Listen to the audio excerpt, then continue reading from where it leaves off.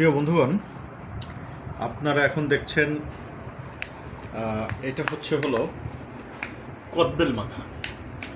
কদবেল নিয়ে এসেছিলাম, এটাকে এখন আমি চমৎকারভাবে মাখাচ্ছি। এটার ভিতর উপাদান দিয়েছি শুকনো মরিচ, ধনিয়া পাতা, সরিষার তেল আর রসুন। এই সব কিছু দিয়ে আমি কদবেলটাকে সুন্দরভাবে মাখানোর চেষ্টা করছি এবং মাখানোর শেষের দিকে প্রায় আমি এখন এটার একটু স্বাদ নিব, দেখি কেমন মজা হয়েছে, তারপর আপনাদেরকে আমি বলতে পারবো। কদবেল মাখা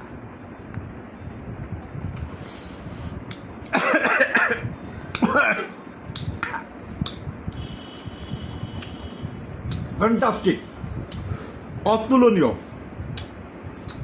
গালে পানি চলে আসছে, আর একটু খেতে হবে।